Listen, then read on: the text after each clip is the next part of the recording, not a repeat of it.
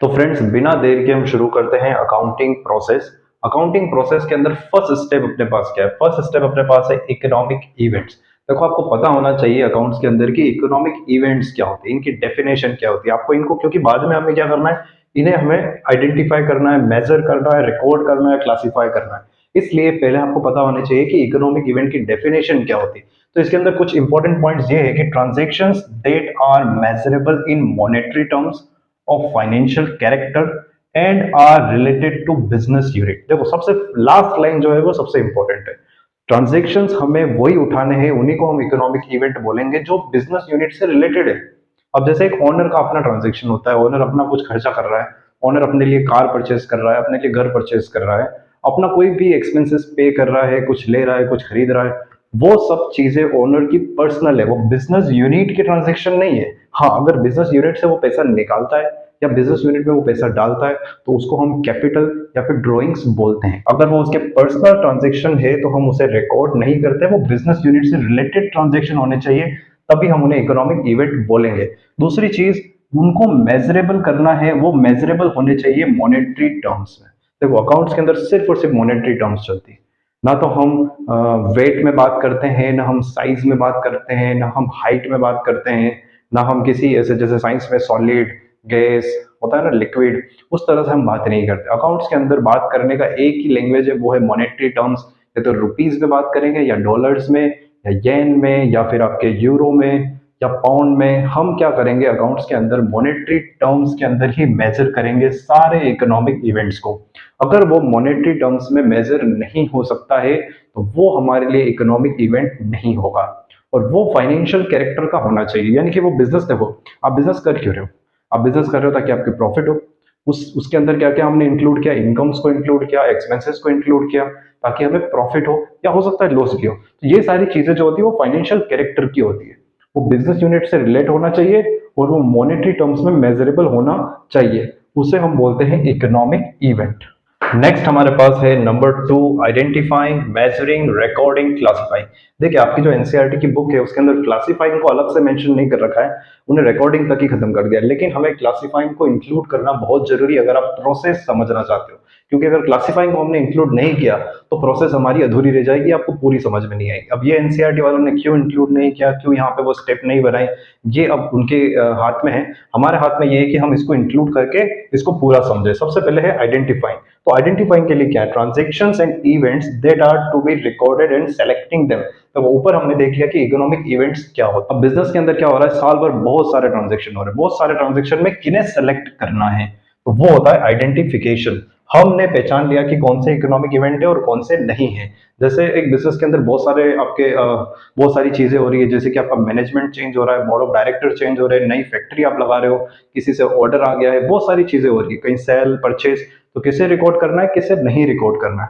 अब बिल्कुल सिंपल सा इसका एक एग्जांपल मैं देता हूँ। आपने बिजनेस शुरू किया और बहुत अच्छा आपका बिजनेस चल रहा है, तो शुरू शुरू के दिनों में क्या हुआ कि आपको बहुत बड़ा ऑर्डर मिला, 50 लाख रुपए का आपको, या 50 करोड़ रुपए का आपको ऑर्डर मिल गया स्टार्टिंग में। लेकिन हम उसे अकाउंट्स में रिकॉर्ड नहीं कर सकते, क्योंकि वो हमारा इकोनॉमिक इवेंट ही नहीं होगा। क्यों नहीं होगा वो हमारा इकोनॉमिक इवेंट? क्योंकि अभी तक एक भी रुपए का ट्रांजेक्शन नहीं हुआ है।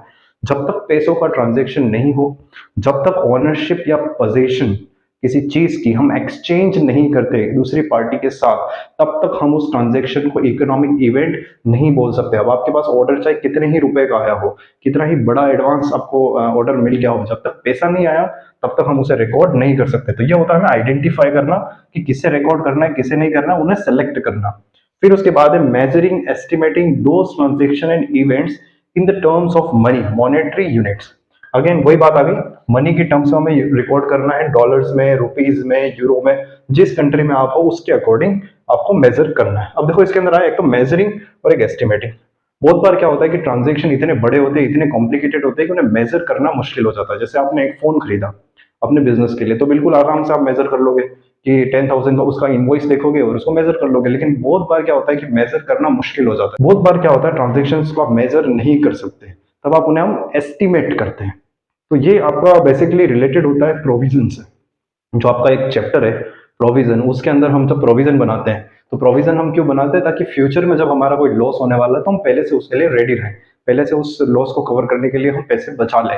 तो उसको बोलते हैं प्रोविजन। अब क्योंकि लॉस तो फ्यूचर में होगा, तो हमें पता नहीं कि लॉस कितने होने वाला है, तो उसके लिए हम एस्टिमेट करते हैं। अगर आपने डेप्रिसिएशन के बारे में सुना है, तो डेप्रिसिएशन के अंदर भी हम क्या करते हैं, असेट की लाइफ को हम एस्टिमेट करते हैं कि 10 साल चलेगी, ये 15 साल चलेगी, उसके वैल्यू कितनी होगी, लास्ट में उसको बेचकर कितना पैसा आएगा, वो भी हम एस्टिमेट करते हैं। तो अकाउंट्स के अंदर बहुत सारे एस्टिमेशंस लेते हैं, तो मेजर करके एस्टिमेशन लेकर के उन ट्रांजेक्शन को हम मॉनेटरी यूनिट्स में रुपीस, डॉलर, इन सब में हम क्या करते हैं, रिकॉर्ड करते हैं। इनके अलावा हम रिकॉर्ड नहीं कर सकते हैं। उसके अलावा आ गया recording includes book keeping and journal entries. देखो, बुक कीपिंग और जर्नल एंट्रीज, बुक कीपिंग क्या होता है, बिल्कुल बेसिक, बिना रूल के जब आप ट्रांजेक्शन को रिकॉर्ड कर रहे हो उसको हम बोलते हैं बुक कीपिंग। सिंपल सी बात है, सबसे फर्स्ट यही होता है। जैसे आपने फीस डिपॉजिट करवाई स्कूल में या कोचिंग में, तो जैसे ही आपने फीस डिपॉजिट करवाई तो अब क्या हुआ होगा, उसने कहीं ना कहीं तो उसको लिखा होगा, किसी एक रजिस्टर को मेंटेन कर रहे होंगे कि ये फीस का रजिस्टर है, वहां पे लिखा होगा, तो उसको हम बोलते हैं बुक कीपिंग। यहाँ पे कोई डेबिट क्रेडिट के रूल्स अब तक हमने अप्लाई नहीं किए, इसी के बेस पे हम जर्नल एंट्रीज करते हैं। यहाँ पे हम डेबिट क्रेडिट के रूल्स अप्लाई करते हैं कि किसे डेबिट करना है, किसे क्रेडिट करना है, और उसके वाउचर्स बनाते हैं। तो ये बुक कीपिंग फर्स्ट स्टेप है, और जर्नल एंट्री इसके बाद आती है, और जर्नल एंट्री से हमारी अकाउंटिंग शुरू हो जाती है। लेकिन बुक कीपिंग और जर्नल एंट्रीज दोनों ही रिकॉर्डिंग का पार्ट है, इसी को हम रिकॉर्ड करना बोलते हैं। और ये रिकॉर्ड हमें कैसे करना है, क्रोनोलॉजिकल ऑर्डर में, डेट वाइज रिकॉर्ड कर। तो आप ये बोल सकते हो कि क्रोनोलॉजिकली होगा, इसके अलावा क्या ऑप्शन है, लेकिन बहुत बार क्या होता है, जब छोटे छोटे बिजनेस होते हैं तो वो एक साथ रिकॉर्डिंग करते हैं। जैसे मंथ एंड हो गया, फिर वो सारी जर्नल एंट्रीज करने बैठते हैं कि पूरे महीने की अब हम जर्नल एंट्रीज कर लेते हैं। तो उस सिचुएशन में क्या होता है, आपको ध्यान रखना होता है कि फर्स्ट कौन सा ट्रांजेक्शन हुआ था, सेकंड डे कौन सा हुआ था, थर्ड डे कौन सा हुआ था, तो उसको हम क्या करते हैं, डेट वाइज रिकॉर्ड करते हैं, क्रोनोलॉजिकल ऑर्डर में सारे ट्रांजेक्शन को रिकॉर्ड करते हैं, या उनकी बुक कीपिंग या जर्नल एंट्रीज पास करते हैं। नेक्स्ट हमारे पास है क्लासिफाइंग। देखो, जर्नल एंट्रीज तो हमने कर ली, साल में 365 दिन है, 365 डेज, तो पूरे साल तो बहुत सारे ट्रांजेक्शन हुए। साल के बीच में कहीं आप सैलरी दे रहे हो, कहीं से आपको इंटरेस्ट मिल रहा है, कहीं कमीशन पे कर दिया, कहीं मशीन परचेज कर ली, कहीं कोई डील हो गई, तो बहुत सारे इकोनॉमिक इवेंट साल भर आपके हो रहे हैं। तो उसके अंदर आपको क्या करना होता है, उन्हें हम क्लासिफाई करते हैं। किसके बेस पे करते हैं, उनका नेचर क्या है और कैसा ट्रांजेक्शन है। जैसे मान लो आपने साल में बहुत बार टुकड़ों में मशीन परचेज की, तो कितनी मशीन टोटल परचेज की, तो उसके लिए हम एक अलग अकाउंट बना लेंगे, इन डिफरेंट अकाउंट्स, एक बिल्कुल एक अलग अकाउंट बन जाएगा मशीन का। उसी तरह से साल भर में हमने किस किस को कितनी सैलरी दी, सैलरी का एक अलग अकाउंट बन जाएगा। यानी रिकॉर्डिंग और क्लासिफाइंग अलग अलग है।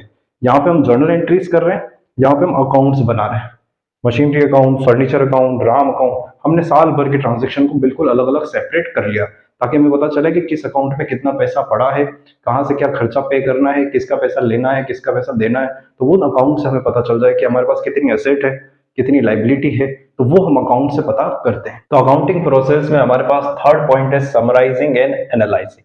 देखो, समराइजिंग एनालाइजिंग क्या होता है। समराइजिंग का मतलब ये होता है कि आपने साल भर जो अकाउंटिंग की, जो पूरे अकाउंटिंग पीरियड में फ्रॉम 1 अप्रैल टू 31 मार्च जो आपने अकाउंटिंग की है, उस अकाउंटिंग की हम समरी बनाते हैं। तो समरी बनाने के लिए हम क्या करते हैं, at the end of the each year हम क्या करते हैं, यहाँ पे फाइनल अकाउंट्स प्रिपेयर करते हैं। फाइनल अकाउंट्स को अब हम फाइनेंशियल स्टेटमेंट्स भी बोलते हैं, दोनों एक ही चीज है।